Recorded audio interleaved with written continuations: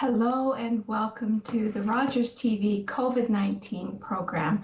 My name is Carol Merton, and before I welcome our guests to the program today, for those of you who watch the show, you know I like to say just a few words to update you on COVID-19 and how things are going here for all of us in our community. So today there is good news. The provincial stay-at-home order has been lifted, and the number of new COVID-19 cases in Grey Bruce continues to decline. In fact, for several days recently, we actually saw 0 new cases. The vaccine rollout continues in many locations, including vaccine clinics, pharmacies, healthcare facilities, and in the homes of those who require this service. The most recent information we've received from Public Health indicates that they have surpassed 100,000 doses of COVID-19 vaccine administered in Grey and Bruce. The Public Health Unit could not have done this without all of the support of the community, and they need us to keep up the good work. We are all eagerly awaiting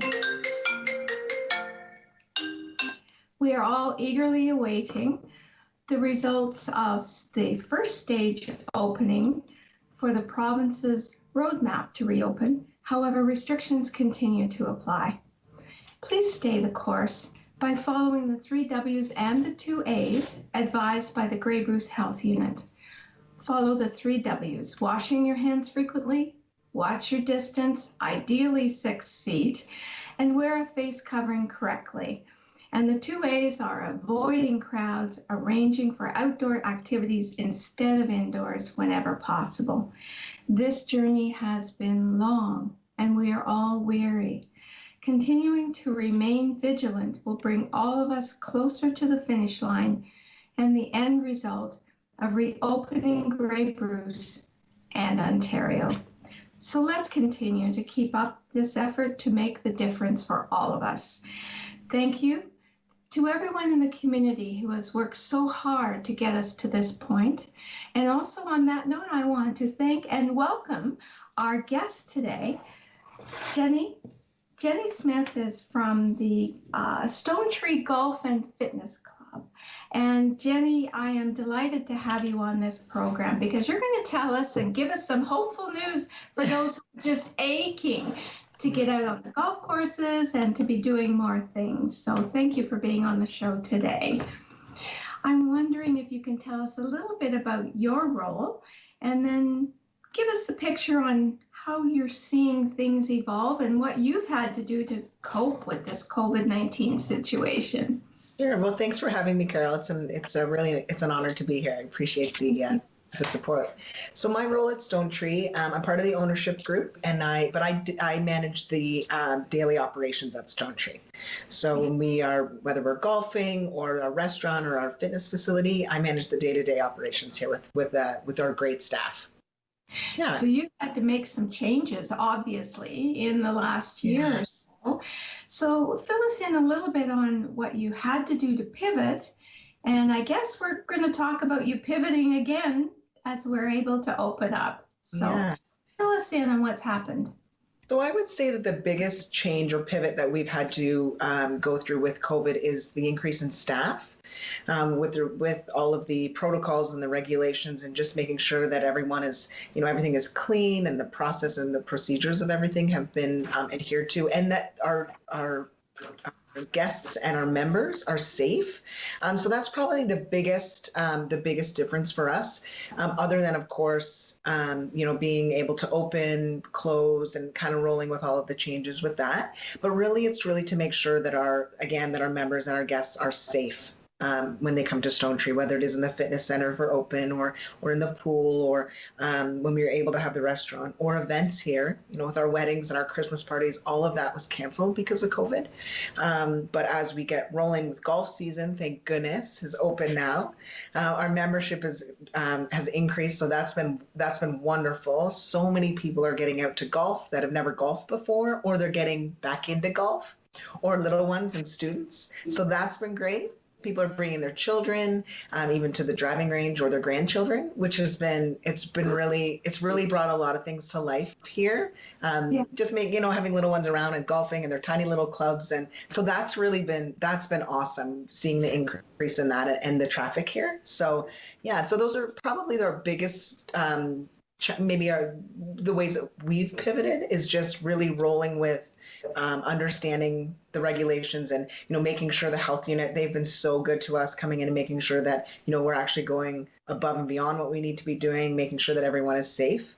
That's been our number one priority, but they've been wonderful to us at the health unit. Excellent. So what do you think has really caused the increase in the numbers of people coming out to golf? Is it because that's about all we can do that recently is get outdoors, but are there other reasons? Well, I think that's a huge part of it. But I think also, being able to share time.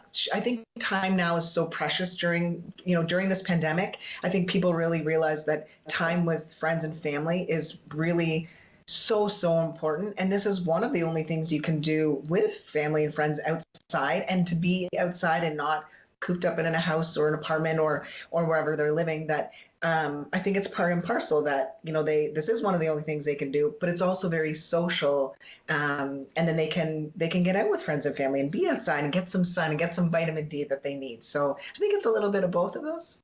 Yeah. So I'm going to ask a few more questions about golf. And so for those people who are watching the program who might be interested in signing up, maybe you could just walk people through how that could happen, whether you're doing that online or whether they can come and sign up in person. And now, usually people who don't have a lot of experience, or some who do have experience, want to take lessons. And how's that going to be offered? Or can you do this by video streaming to improve the back? So fill me in a little bit about that. Sure. So, your first question was about our memberships, and they can. We urge people. We have it online, so they could download the membership. They can email it to us. We have various memberships. The Pro Shop, because of the restrictions right now, isn't open, but we have a side window that we're able to service our guests. But I believe as of the 14th or the second stage, we can allow minimum capacity, but they can always email us. They can give us a call. We have various memberships. So 7-day, we have twilight memberships for people that work during the day that are primarily going to only be able to golf after 3. Mm-hmm. We also, we're implementing 10-day passes, so they can get a pass if they're not sure.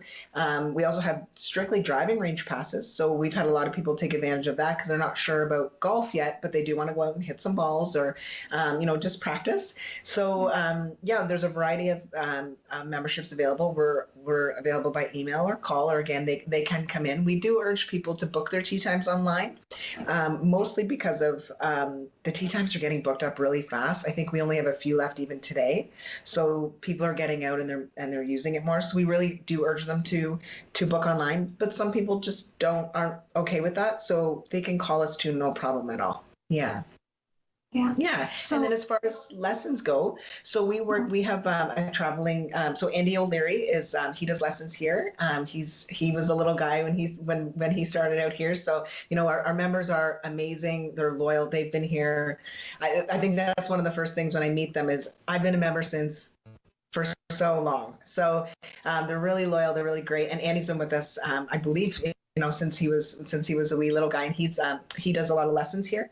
So he would be who we would resource for lessons for sure. And we've had a lot of people reach out for that. Yeah, I would think for sure that would be in big demand as time is going on. So it sounds like you're really offering quite a mixed package for people to select from. It's sort of like a menu, golfing menu, where you can pick what might work for you. Now, the numbers for tee time. I mean, fill me in a little bit about how your numbers work, and then what are your protocols around, PPEs, masking, cleaning the equipment? How are you keeping the public safe as well as your employees? Sure. So one thing I do want to mention with memberships too, we know that this has been a very difficult time for for a lot of people. So similar to a gym membership, we also allow for monthly payments of a membership. So instead of paying a lump sum up front, which could be cost prohibitive to some people, we allow it to whatever. So if it's 12 months, 6 months, 4 or 5 months, we allow people to prorate their memberships so they can still golf and not have that large lump sum. We've had a lot of people take advantage of that because it works with their financial situation, which we think is great. So I just wanted to add that too, because I think that's something that's really affordable, that's doable for a lot of people. In terms of our PPE and our protocols, so we have the window, we have the side window of the pro shop now, so there's less interaction in terms of the contact with the social distancing, so that allows for that. All of our carts they're inspected and they're washed and they're disinfected after every single use. So we make sure that for our staff and for our guests that that's taken care of and that it is cleaned thoroughly. We also any of the rentals, so we have rental clubs as well. So if someone wants to come out and they've never golfed or they want to hit some balls, we have rental clubs as well, and we make sure that they're clean. In terms of once the pro shop opens, similar to last year. So I think opening this year was a little bit easier than last year because we sort of knew kind of what we were up against, where last year was sort of, we had stickers on the floor and we had signs and we had people out there directing because we were so worried that, we weren't doing the right thing or wasn't safe. We made sure that we were, but this year our guests know, there's when they're lining up to check in at the pro shop, our tea times are every 10 minutes. So that allows a lot of flexibility and a lot of social distancing, the ability of that. So they're not at the pro shop checking in. We ask that people, if they have a tea time set for a certain time, that they only come 15 minutes before, unless they're going to the driving range, but just to limit that social contact and that social distancing. But our guests, our members are so great. They just want to be out here. They want to be golfing with their friends and their family, and they just want to be outside. So they're so good at following the rules and keeping themselves and our staff safe. So that we're really lucky that way. Now that we're finally able to start opening up, I'm hearing so many people say, we don't want to mess this up. We're just going to do what we're supposed to do. And it sounds like that's what you are experiencing as well. Absolutely. What I'm hearing from other organizations who rely on donations is that this community has been extremely supportive. Do you accept donations to help subsidize those who would want to golf but don't actually have the funds? Do you have a program for that, or do you have it? You're mainly memberships, right? But I'm just curious to know if the community can support those who want to get outside, want to try golfing, but just don't have the finances, whether it's because they just aren't employed right now, or they just don't have the money. That's a great question. That's never really been mentioned to us, but I mean, that would be something that we would fully support. I know some of our members, what they've done is they've donated their used or older clubs, that they've gotten new clubs or bags, and they've donated it to our junior program. So what we've done, one member in particular, she's a wonderful member. She donated her clubs from last year, but they needed to be regripped. So we paid for regripping. She donated the clubs. We paid for regripping, and we were able to give that to a junior golfer. So I think that would be a wonderful program, and we'd definitely be more than willing to work with the community on that, just to really get people out and really to support them. I think that's a great question. It would be a great initiative for sure. Yeah, I just was curious because we're hearing more and more that unfortunately with COVID-19, people just don't have the resources that they've had before. And so you never know what's possible, right? Absolutely. And that's why with the monthly membership payments, that's really helped that. And people on a fixed income. I mean, it can be very difficult. So that has helped that. But I think that's a wonderful idea. And we would support. Yeah. So as you're moving through this, you mentioned compared to last year, there's I mean, who would think we get comfortable with a pandemic process? But there's been a lot of learnings. Has anything surprised you through this whole COVID-19 coping that we've had to do over the last year and a bit? Anything surprised you what you weren't expecting? That's a great question. I don't think so. I guess maybe the length of it. I was Yeah. hoping that by this summer we would be in a better position. Mm-hmm. Um, Yeah, I don't think so. I mean, in terms of even with our staff, I mean, most of our staff are back from last year, which is really great, and they were eager to come back. And when we were able to open for those 4 days, and then we were closed for Yeah. those few weeks, and they, they're so great to message and say, if there's anything that we can do in the interim to come out, and but in terms of surprising, it's mostly, I guess, the duration of this, and yeah, that's been probably the toughest and most surprising out of everything. But So let's talk about food. yeah, sure. So people who come, first of all, people who come to do the golfing, I mean, I'm sure in the past they would love to have refreshments at the restaurant or, have a meal. So what happens? They come and they do golfing, but the restaurant is still not open. Is that correct? Or Yeah, are that's you, correct. yeah. So do they bring their own, fluids, that sort of thing? How do they, because you get dry and thirsty out there when you're on. Yeah, that's right, especially on a hot day like today. Exactly. Yes, for sure. So one of the things that we had to do last year, actually, this is one of the major pivots that we had to do, is in our pro shop we have a little what we call the canteen, so sort of a serving area. So what we did last year was with the restaurant and the terrace being so far from the pro shop, we had to make sure that the food and beverage was served very close to the patio. So we actually, in front of the pro shop, we actually set up a new patio there and opened the canteen, so we're able to service right from there. Now, and we have the beverage cart. Plus, this year we have the halfway house. It will be open most days in the summer too, just because our course is very long and it's really hard for the beverage cart to get everywhere. We're opening the halfway house. We have the canteen open, and then the beverage cart's out there from 9 o'clock on. People want coffee and they want a snack, or we are doing breakfast sandwiches. But after the 14th, we'll have the patio open so they can sit in tables of four. So right now, we urge them to, if they want a refreshment or any food, they can get it on the course, or they can actually order it, and take it home as well and to go. But as of the 14th, they can sit on the patio and we'll have availability for food and beverage out there. And our men's night and our ladies league, we do women's night out every other Wednesday. We do what we call buggies and beer on Friday night. So anyone can come out, and it's a bit of a discounted food and beverage for that night, but it's really just to get people out having fun, get social. Yeah, so food and beverage is in full swing here. It'll just be a matter of restrictions once the steps get taken, step 1, 2, and 3 get lifted, or we get to those points in the process in the province. So yeah, but we have full service food and beverage. Excellent. And is the halfway really halfway through the? It is. Yeah. It's really halfway. Excellent. Yeah. That's enticement, for people to finish the golf For game. sure. Yeah. You'll have to come and golf sometime, Carol. Yeah.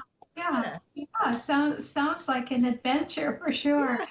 I'm not sure how my eye-hand coordination would be, but just to be out in the fresh air would be amazing. Yeah. So it sounds like you're certainly staggering your opening, of course. So when do you're going to be on the patio, and then when do you anticipate you might be able to move forward with full service restaurant facilities? I mean, I know it's perhaps a guessing, but what are you thinking as far as your planning is concerned? Well, it's pretty diverse here because we have the fitness center and we have the saltwater pool. And I'm anticipating that portion of the business will be open in stage 2, or the step 2, I guess it's called now, in July. I'm thinking that we'll be able to open then, because as of June 14th, I believe it's outdoor, but we don't do. In terms of that, we don't do any outdoor training or fitness. So I'm thinking in July that step 2, the gym will be open. And then I'm thinking maybe after step 3, we'll be able to do maybe indoor events bigger indoor events. We'll be doing, like I said, we have the tent, so we have the luxury of sitting outside for some of the meals. Right. So we'll do that for men's night, ladies' night, women's night out. So we'll use the tent for that, which we're really fortunate to have. So I think mid-July we'll be starting some of that. But in terms of the restaurant and other events, I would say fall. Whenever we're allowed to, Carol, that's when we'll do it Yeah. in a safe manner to make sure that everyone, our guests and our staff are safe, and following protocols right to the letter. So I'm thinking with the fitness center, it will be mid-July. Yeah. And I think, the important message that you're portraying is there's a plan, there's a rollout plan, but we have to be patient as we're allowed to move forward with these things. And certainly I'm hearing, people are really looking forward to the fall where they're anticipating that things are going to be, I'm not sure I'm going to use the word normal, but more towards normal. So, so are you getting people with requests for, we want to book ahead for a wedding, or are they being cautious? What are you hearing from the community? Well, a little bit of both. So some are booking. Yeah. Some are booking. They're definitely booking, but on the premise that we could be postponed or canceled, like just really rolling things out. I think they're hopeful. We did have some booked for this summer from last summer. They pushed it from last summer to this summer, but then again now they've pushed it to next year. And we're just saying, we're being very flexible with dates, or if they book it tentatively, they book it. We're just being really flexible, and we understand this is a very hard time. So to add any pressure, we don't want to do that. We really want to be accommodating and understand that this is pretty tough. But my hope is that that we can start to plan for next summer, and that things will be good. But the community has been, and our members and our guests here, this area is it's really awesome, and people are just they want to support us as a business, and they're happy to be here, and the community is really wonderful. Yeah. Which is, that makes this our whole area so special, really, that the community is working together. And it's great that you're being adaptable and flexible, because there's a lot of stress out there these days. Absolutely. People, we started off being a little COVID crispy, and then I think we went to a little COVID cranky. And I just can't imagine how people who are planning these big events must have felt, having to cancel, reschedule, and now potentially reschedule. So, but you're saying for the people who have an interest in an event to just call and just start to have the conversation and book tentative dates, correct? Yeah, I think that would be great. And again, it has been, to your point, it has been very stressful, and we don't want to, and weddings and events can be stressful anyway. And then during a pandemic, that's even more so. So, we just want to work with the community and anyone that wants to be here. So, that's what always needs to happen, but especially right now. Yeah. So what haven't I asked you about Stone Tree Golf and Fitness that you'd really like to profile in the last few minutes of the program? And you've got so much going on there, without a doubt. Well, I guess really that we're open, and we've taken really good care of the golf course, and we're right back to where we used to be before it was closed. That was before my time, but we're here and we're open, and we would love for people to come out and come and see us, and come to the driving range, the golf 9 or 18, and just really come see us, know that we're open and that we're here, and we're here to support the community. Any tournaments and events like that, once we can have them and start planning them now. I know a lot of people are actually planning family reunions, and they've done stagettes and stag and does here. They did that last summer because this is one of the things you can do. We're open for tournaments and events like that. So to reach out to us and just come and see us, and we're here to stay, and we're open, and we would love for people to come and check it out. Excellent. You mentioned a really important thing. When people are wanting to socialize, and everyone is aching for that at this point, you're really getting the sense people miss that community of getting together. But you've mentioned ideas that if people want to get together in a safe way without large gatherings indoors, you mentioned some options for people to consider. So just name them again. You mentioned about stegettes, and maybe you could run through just to trigger ideas that people, they want to get together as a family or whatever, what they could do.